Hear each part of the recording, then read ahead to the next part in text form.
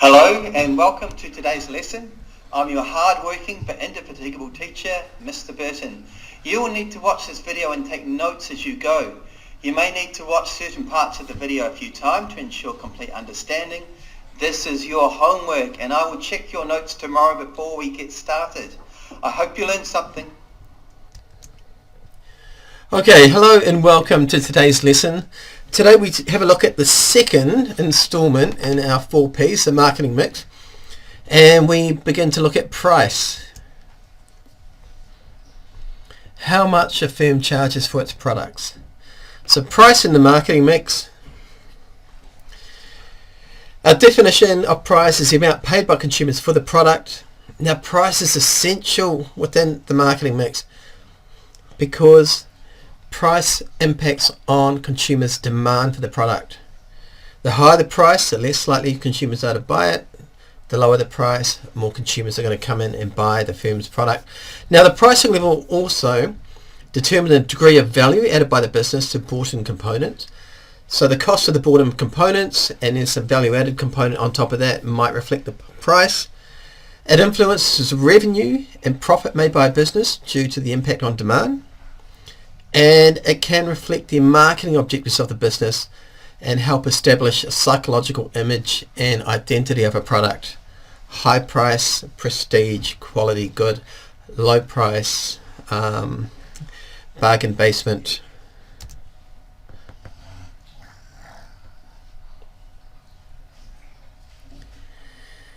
Now, what are the factors that determine the pricing decision of the firm? Well, the cost of production. All things being equal, the higher the cost to make the good or service, the higher the price is going to be. Now, what are the competitive conditions in the market? Are there a lot of similar substitute products, competing products? If there are, a firm's going to have less ability to set the prices, and it's going to be more likely to be determined by the market conditions. So competitive prices, marketing objectives. Does the firm want market share? If so, it might have to decrease the price, increase demand, increase the number of consumers buying their product. What's very important as well is how consumer demand is affected by price changes. If a firm has a lot of pricing power, perhaps it has the ability to raise prices substantially without that much effect on the demand for the product. And another factor, important factor, is whether it's a new or existing product. New products, there are a couple of strategies firms can use here. Price skimming, where they charge a high price for the new exciting good, or penetration pricing, where they discount the product initially to drive lots of demand and then slowly raise the prices after that.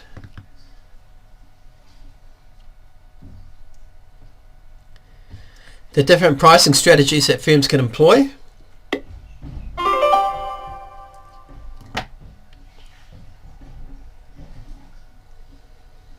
Farmer Joe's Market has continued to thrive this year. His organic products, bakery goods, and cooking classes have made his business a favorite place to shop for most of the town. Farmer Joe's daughters, Apple and Peach, have created a new product that they are petitioning to get added to the product offerings for the market. The product is a genetically altered broccoli that makes the product taste like rich chocolate. It will be called Choco Brocco. The daughters know that this will be a huge success, as parents always have had difficulty getting their kids to eat veggies. They hope to expand this product line flavor to other kid-adverse veggies. Their dad has agreed to stock the product, but everyone is confused as to how to price the Choco Brocco. In a late-night meeting, the family has decided to discuss what pricing strategy should be selected for the new product line. A pricing strategy sets the initial price of the product and provides a plan for price changes over time. There are 3 pricing strategies that Farmer Joe can choose from: price skimming, penetration pricing, and status quo. When Apple and Peach start to think about what to price their Choco Brocco, they first think about how much it costs to make. Choco Brocco is costly to develop due to the genetic altering process involved. The daughters want to recoup their financial investment of $10,000 that was needed to fund the development of the chocolate-tasting broccoli. A price strategy that would allow for the daughters to get their investment back would be a price skimming model. This strategy consists of charging a high introductory price in tandem with heavy promotion and later slowly dropping the price. Price skimming is usually used when the product has a strong, unique advantage that's not easily copied. It is also the best strategy to use when trying to recover large investments in development and marketing. Both Apple and Peach feel that this policy might be the answer to their price dilemma, but are willing to continue researching the other pricing strategies to make sure they make the best decision possible. Penetration pricing is when a company charges a low price for their product initially in order to reach the largest amount of their target market. This pricing philosophy believes that the more people that buy a product, the more positive word of mouth will occur, which will produce more sales and profits. The lower price will attract consumers to try a new product and also lead to a larger market share. This type of pricing strategy is best if the consumers are price sensitive. Penetration pricing does discourage new competitors because they cannot match production with a lower price. Some companies run into difficulty when adapting penetration pricing. A low price can produce a huge demand for the product, and a company must be able to provide the volume demanded. If a shortage occurs, then the company will have disgruntled customers who are unable to get a hold of the product. The last issue with using a penetration pricing model is that if it is used by a prestigious brand, it can cause loss in brand equity. For example, if a luxury car manufacturer introduces a low-price starter sedan, it could dilute that brand's best strategy. A consumer who spends an enormous amount of money on a luxury sedan would feel that her social status has been minimized if their college-age neighbor purchases a starter version of the brand. Apple and Peach will not offer penetration pricing as they would not be able to make enough profit to recoup their $10,000 investment. The last pricing strategy is called status quo pricing, which means matching competitors' pricing or charging close to the competition. Many clothing companies follow this type of pricing by sending out researchers to see what their competitors are charging for similar products. Airlines like to use status quo pricing as well to keep consumers. Apple and Peach have noticed that bunches of regular broccoli sell for $3 each in stores. However, both Apple and Peach have disregarded status quo pricing since they do not have any real competitors yet. The product is new and unique, so they do not need to worry about any other farm growing the Choco Braco. Since Apple and Peach want to market their new chocolate-tasting broccoli at their dad's farmer's market, they need to choose the best pricing strategy in order to market their product effectively to the target market. They considered three options: price skimming, penetration pricing, and status quo. The daughters have decided to choose price skimming since they need to position the product as a premium choice for consumers and recoup their $10,000 investment. Since ordinary broccoli sells for $3 a bunch, the daughters have decided to price their new product at $5 a bunch.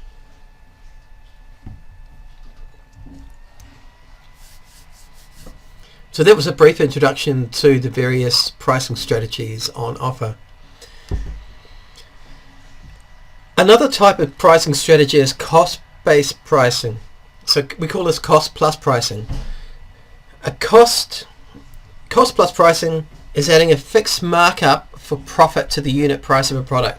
So we take the cost of producing a product and then we add a 10%, a 20%, 50%, etc. markup. So for example, if the cost of bought-in materials to make a particular toy, for example, is $40, and using a cost-based pricing system where 50% is a markup on the cost, then another $20 is added to that, and we have the selling price $60. Cost plus 50% markup. Market-based pricing strategies include some that we've looked at in that video already: penetration pricing, market skimming, psychological pricing, loss leaders, price discrimination, and promotional pricing. Now, penetration pricing, we've had a look at this, is setting a relatively low price early on, supported by strong promotion, and when firms will do this in order to achieve a high volume of sales. So increase that initial demand early on and hope for positive feedback positive word of mouth from customers buying their product. Market skimming, setting a high price for a new product when a firm has a unique or very differentiated product and there's a low price elasticity of demand. For those microeconomic students amongst you who may know what that means. So here are the two types of pricing strategy. Penetration pricing, we start low and then the firm slowly raises their price. Market skimming, the price at launch is high and then over time the price will be discounted. Psychological pricing is just getting the right price in a consumer's mind. So $10 is essentially the same as $9.99, but $10 is a psychological barrier. And another example of psychological pricing is that the price matches the perception of the product or the brand. So we know for sure that a Rolls-Royce will be priced higher than an average Toyota. A loss leader. Now this is when pricing a product at a very low price, and to do so we encourage consumers to buy other products. And a classic example is a supermarket may sell basic bread below cost to encourage more potential customers into its store, because once the customer's in there attracted by the low price bread, it's quite likely they're going to be buying other things in the supermarket. Price discrimination. Now this occurs when a business sells the same product to different consumers at different prices. A classic example would be the movie theatre offers a couple of different prices. We've got prices for children, we've got prices for students, prices for adults, and then maybe a senior citizen discount as well. Different prices for different groups of consumers, different market segments. And promotional pricing, special low prices to gain market share or sell off excess stock. And this type of pricing includes the buy one get one free.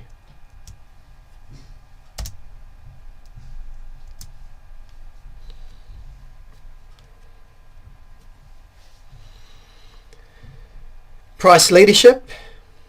Now price leadership exists when one business, and it's typically the dominant firm in the industry, the firm with the largest market share, will set a price for products, and other firms in the market tend to set the same or similar prices. So we say they're following suit.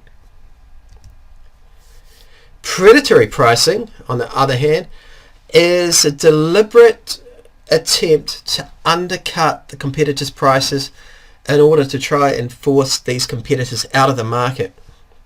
Typically, in most countries, it's an illegal business practice. Price wars. Price wars are characterized by a period of fierce competition in which businesses cut prices in an attempt to increase their share of the market.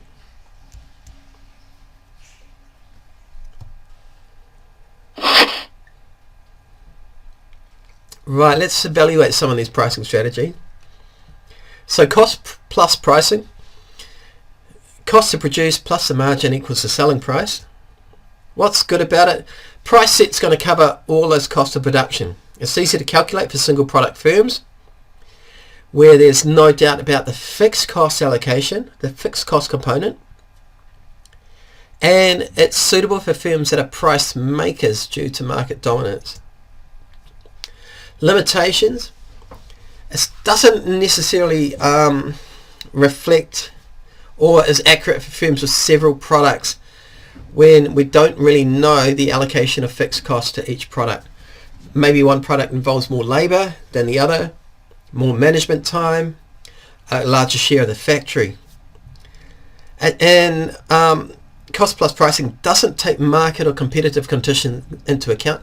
Perhaps the firm could charge more for its product if it conducted better market research, or perhaps it needs to have a lower margin to be competitive within the market. And this type of pricing strategy tends to be inflexible. So for example, there could be opportunities, like I just said, to increase prices even higher. Gain more revenue, get more profit. Penetration pricing. Low initial prices to gain market share. Low prices are going to lead to higher demand for the product, and that could be important to establish high market share for new products that are being launched on the market. Limitations: profit margins can be very low. Firms may not be able to cover costs of production, and prices have to rise in the future, and consumers don't particularly like price rises. Skimming, market skimming. High initial prices for breakthrough technology, for example Tesla's electric cars. Initially they're going to be high profit margins, and that's going to help to pay for the development costs of the new product, which is great for the firm. On the other hand, high prices are going to discourage consumers unless they're absolutely convinced that integrated marketing mix justifies that high price. And high prices might encourage more competitors to enter the market. Electric cars selling at a high price, right, we need to get in there too. Psychological pricing. Setting a high price to reflect the perceived luxury image of a perfume would be an example there. Benefits. Prices reflect what consumers expect, and that means the price is likely to be consistent with other aspects of the marketing mix. So price within product, price, place, promotion is going to match. Limitations. The price level and demand for the product needs to be consistently reviewed. Consumers' expectations can change and will change over time, especially as competitors develop new products to compete. Loss leader. So the example we mentioned before, the below cost price bread at a supermarket to increase the number of potential customers coming into the store and buying other goods. Benefits. We're just making a loss on one product, but that's going to be more than compensated by profits on other products that consumers pick up at the same time. It increases the market share as well. Limitations. The cheaper generic alternatives might be sold by rival firms, so the profit-making complementary products are not purchased from loss-leading businesses. Price discrimination. A bus company gives student discounts would be an example. Now this is good because it uses the knowledge of the responsiveness of consumer demand to price changes in order to increase total revenue. We need to get students in the market. We know their income levels are a lot lower than our other market segments. How do we get them in the market? We target a discount specifically at them. Also, a price decrease or increase can result in a proportionally larger increase in total revenue, and that's coming from price elasticity theory. Price elasticity theory just measures change in demand from a change in price. So if a price increases by 10%, does the demand for that product decrease by less than 10%, by 10%, or by more than 10%? Limitations of price discrimination. Administration costs of having different pricing levels can tend to be higher, and customers may switch to a lower price market. Consumers paying higher prices may object and look for alternatives. Price leadership. An example would be the largest petrol retailer setting the price and others adjusting their price in response. Benefits that smaller businesses know what price they have to aim to set. And the price leader may have lower unit costs, so it remains more profitable than competitors even with low prices. But on the other hand, the limitations, price leadership can be perceived as being predatory, and that's going to involve regulators having a close look at the company books.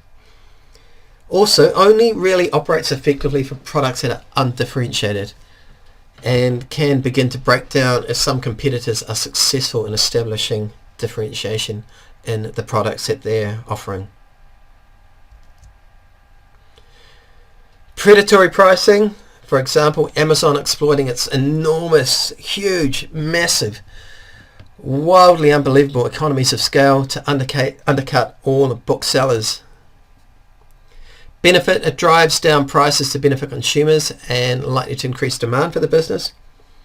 And also, it may reduce the number of competitors in the long term, increasing monopoly power of a firm such as Amazon. Limitations, it's illegal in many countries. Heavy fines can be imposed on the business that's engaging in this sort of practice. And consumers may try to find alternative products if the newly created monopoly firm increases prices in the long term. Promotional pricing. This is discounting a product nearing the end of the product life cycle, for example. Benefits: it attracts new customers who may continue to buy the price when restored to the original level. It also allows selling off of out-of-season stock, encourages multiple purchases of the good. Limitations: if it's used frequently by the business, then consumers are going to suspect that the higher non-discounted price can never be justified. The lower price might become established in consumers' minds as being for a lower quality product.